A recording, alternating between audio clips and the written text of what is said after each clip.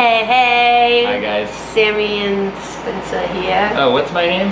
Spencer. Oh, good job. I was deciding on if I was going to say your name before you, but I didn't want to awkwardly wait. I'm Spencer. I'm Sammy. And we had a girl ask a question about how do you maintain healthy boundaries? How do you say no to people, and how do you protect your time and your energy? While still staying loving and compassionate. And gracious in the way that you go about creating your boundaries. So I wanted to bring Spence on so that he could answer it with me. You want me to go first? I want you to go first. It depends on the situation, big time. Everything is a case-by-case basis, so it's really hard to just generalize an answer for this. But ultimately, if I feel pressured or like I have to do something, then I'm going to make sure that I get to a place where I feel like I'm powerfully choosing into something. One of my things though is if I commit to doing something, I'll usually do it and then learn from that next time and be like, well, I'm not going to commit to that again. I mean, that doesn't mean that I honor my commitment every single time 100% of the time. There are some times where it's like, you know, with work, if you get sick in one day and you've committed to work and showing up, there's still moments where you're like, hey, I can't do it. Life happens, but it's doing things with integrity even when life happens. A big thing for us is assessing our capacity. You know, so we get pulled on a lot. We have 200 clients that are in our highest level program. We also have people that have downloaded programs that we've created with video content, which are really awesome. We also have a group of women we mentor, as well as a team of employees. And then we have, you know, 20,000 people on our emailing list right now, and so we're responding to some of that stuff. We have, how many people on our team now? Six people on our team. I don't know. Yeah, we have like 6 people on our team and 2 other coaches that coach with us in our programs. It's a lot. There's a lot going on. And that's not even including our personal lives with friends and close people and acquaintances and church. So there's a lot of different people that are pulling on our time. And one of the big things that we do is really assess our capacity and what we want. You know, and we used to do that a little bit more flippantly, especially me. I would just, because I like somebody in a moment, I would tell them like, let's be friends, let's hang out. And I'd overcommit all this time to them. And then weeks or months down the road, I'd feel like, oh, I don't want to do this thing anymore. I'd rather hang out with these people. But I'd feel like I've overcommitted to something. And now I'm like, well, I have to create space, or I feel like I'm letting them down for wanting to do something else. Then I feel pressure. Then I start resenting the relationship. And that's the problem with a lot of people that don't say no, is they think that they're being loving and kind when they're just like, well, I just say yes to people because I love people. And it's like, yeah, but when you give yourself away that much, the people that are close to you don't get as much of you. And they don't get your commitments, and they don't get your word, and they don't get you, you know, separating your time for them. Like, and you don't even have much to give at that point either. When you've overcommitted and extended yourself, you're giving a tiny piece to all of these people, and you're not giving quality to anybody. You're just giving a quantity of time, and you're left with nothing. You're left with no energy. You can't bring the fullness of who you are into that relationship because you haven't given any time to yourself. Yeah, so it's super important for us to understand who are our closest people, because we make our decisions based on boundaries. Boundaries are not walls. Walls are keeping people away. You're trying to protect yourself from somebody. You know, that's what a lot of people do if they haven't made boundaries, is they'll feel trapped into a position, then they'll set up a wall where they're pushing somebody away that's trying to get into their circle. But a boundary is designed to actually keep the people that you want in and close to be in. So the wall, to feel loved. A wall pushes them out, but the boundary is actually designed to keep people in to that intimate space. Like there's a boundary around mine and Sammy's relationship, you know, and so my decisions that I make with next level friendships, so like maybe my 3 close guy friends, or you know, a couple other people in our close community that we hang out with often, you know, they fall outside of that boundary. Yeah, even decisions that he makes within the business. There'll be times where he wants to jump on an opportunity to connect with another entrepreneur and learn from them. But every time he does, if I'm not let into it, there are moments where I'm like, well, this digs into our time.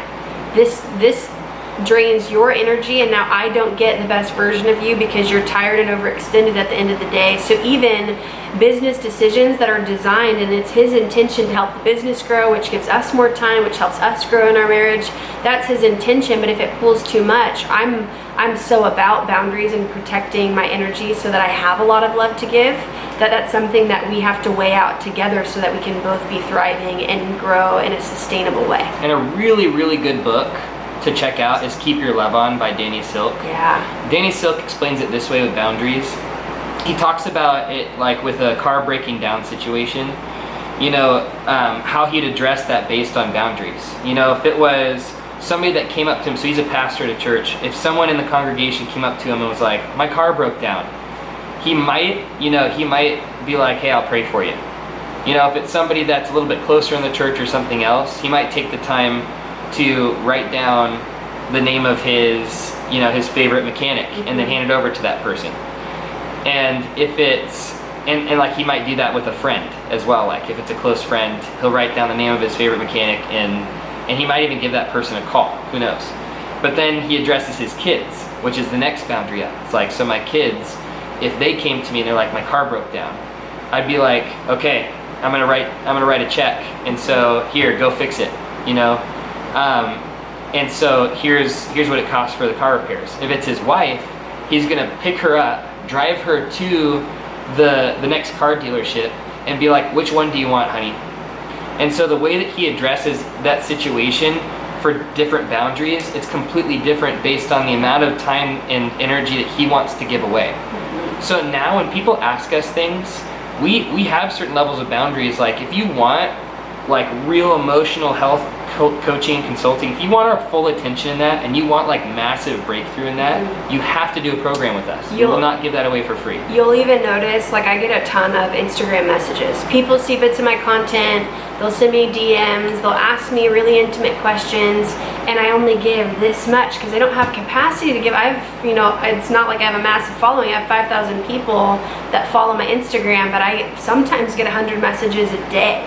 So I can't overextend myself and give you all of the help that you need. So I might give a small response or lead you to the proper resource, but the women that are in our program, that's actually a boundary and a protection of my time and energy, because those are the people that I actually answer their questions, that I'll actually help them process through things. But if it's a close friend, I'm not going to refer them to my program. I'm going to tell them to call me. It's the same thing as Danny Silk said. We have different levels of intimacy that we give people that are closer into our lives, which actually protects our relationship. And it's even just like business hours. If you're a client and you're reaching out to us or you're needing help after 5 p.m. our time, it's not going to happen. We're not going to talk to you. We love you, but we'll address that the next day. And you're still a priority, but it's not a priority over that next level of boundary. Yeah. So we take into consideration, if we take into consideration our decisions, where we're like, it goes through a filter now. If somebody's like, hey, do you want to hang out on Sunday? I'm not going to say yes right away. I'll be like, I want to, but I have to look over our schedule and make sure that we need, if we need time together, we're going to prioritize that. Yeah. But if we feel good and we're like, no, we're good, we're giving ourselves tons of time, we feel good with the Lord, then we'll be like, okay, cool, yeah, we're down to come. And that's something that we want to do, that we decided to do powerfully. And it takes a lot of just self-awareness, learning you and how you feel when you start to feel drained, when you start to feel bitterness or resentment. One way that I know that I'm overstepping and violating my own boundary is if I start to feel a little bit bitter about a commitment that I made.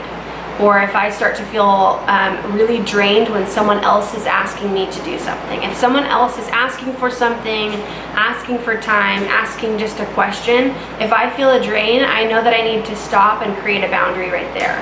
Sometimes it's just feeling my bitterness, because sometimes I don't realize until I've overextended myself. Man, I'm resenting everyone, and everyone's not the problem. I'm the problem because I overcommitted myself. So I pay attention to how depleted I feel, and sometimes just to how excited I feel. If I feel really excited about saying yes to something, I know that my heart's in it. I'll bring it to him. We decide if this is good for us, even if it's a small commitment, and then we move from there. So it's getting self-aware enough to be able to identify what's going on inside of you, where it came from, where it started, and if it came from you overextending yourself. It's just like these videos, and this is the last thing that I'll say, like these short little videos, we're giving you bits and pieces to answer these questions, but our clients get hours and hours worth of breaking off codependency and learning how to actually process through and learn how to be powerful so that they can protect their hearts and their compassion. You know, because ultimately that's all we have, is like we have our lives to steward and protect our own hearts. Like, you know, the word says to guard your heart. And so it's our responsibility to guard our hearts, our capacity, our emotional capacity, everything. And so even with these videos that we send out, we're giving you bits and pieces, but it's not what our clients are getting. And so that's really important for us as well. Hope this was helpful. Hope you guys get something out of it. You know, be powerful. Like, own your life. Understand that you are the person that has responsibility for your life and nobody else does. And if you want to say no, people aren't fragile. Say it. People are not fragile. Do what you want. Do what you need to do. You can still maintain love, honor, and respect for people and be gracious and kind as you do it. And ultimately, the goal is to protect you and the relationships that you want to keep the closest. So I hope this was helpful for you guys. Have an amazing day.